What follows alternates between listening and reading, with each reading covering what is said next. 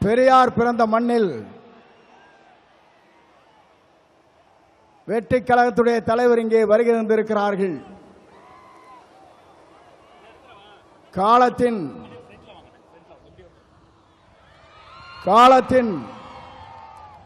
கடலில் கூடியிருக்கிற கூட்டத்தை பார்க்கிற போது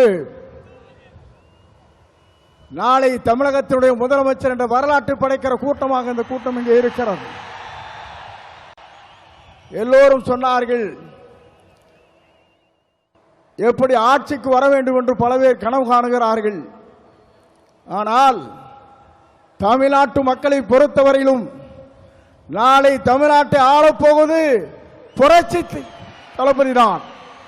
இதை யாராலும் மாற்றி காட்ட முடியாது என்ற வரலாறு தான் பெரியார் மண்ணிலே இன்றைக்கு காணுகிற காட்சியை நாங்கள் காணுகிறோம். சமுதாயம் என்பது தந்தை பெரியார் அவர்கள் குறிப்பிட்டதை போல ஏழை மக்களுடைய கண்ணீரை தீர்ப்பதற்கு ஒரு நல்ல தலைமை வேண்டும் என்று பல நாட்களாக மக்களுடைய கனவு இன்றைக்கு நிறைவேற்றப்பட்டிருக்கிறது. மிக விரைவிலேயே தான் அந்த கனவு என்பது எல்லோரும் கூடுவார்கள், கூட்டம் கூடும், கலைந்து போகும். ஆனால் நம்முடைய கூட்டத்தை பொறுத்தவரையிலும் எதிர்கால தமிழகத்தை உருவாக்க இருக்கிற வெற்றி கழகத்துடைய தலைவர் அவருடைய வரலாற்றை படைப்பதற்கு இங்கே பெருந்திரளாக இங்கே வருகின்றிருக்கிறீர்கள். அதோடு மட்டுமல்ல, சிலவே நினைக்கிறார்கள் தலைவரை பொறுத்தவரையிலும் மனிதனை மிக்கவர், நல்லவர், வல்லவர், உங்களுக்காகவே வாழ்ந்து கொண்டிருப்போர் என்பதை மறந்துவிடக் கூடாது.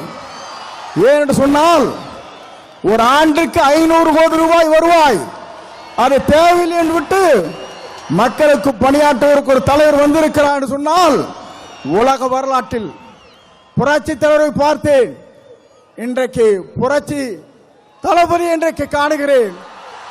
ஆகவேதான் மக்கள் இங்கே திரண்டிருக்கிறார்கள். என்னை பொறுத்தவரையிலும் இது தீர்ப்பளிக்கிற கூட்டம். தீர்ப்பளிக்கிற கூட்டம் மட்டுமல்ல, நீங்கள் திரண்டு வந்தால் நாடே தாங்காது என்கிற முறையிலே தான் இங்கே அர்ப்பணித்து நின்று கொண்டிருக்கிறீர்கள்.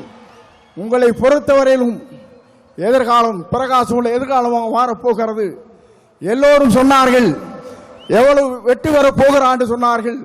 234 அவர் ஆரை விரல் காட்டுகிறாரோ அவர் தான் தமிழ்நாட்டில் சட்டமன்ற உறுப்பினர் என்ற வரலாற்றை படைக்கின்ற அளவிற்கு நீங்கள் வாருங்கள், வெற்றி தேடி தாருங்கள் என்று அழைத்து விடைபெறுகிறேன். நன்றி, வணக்கம்.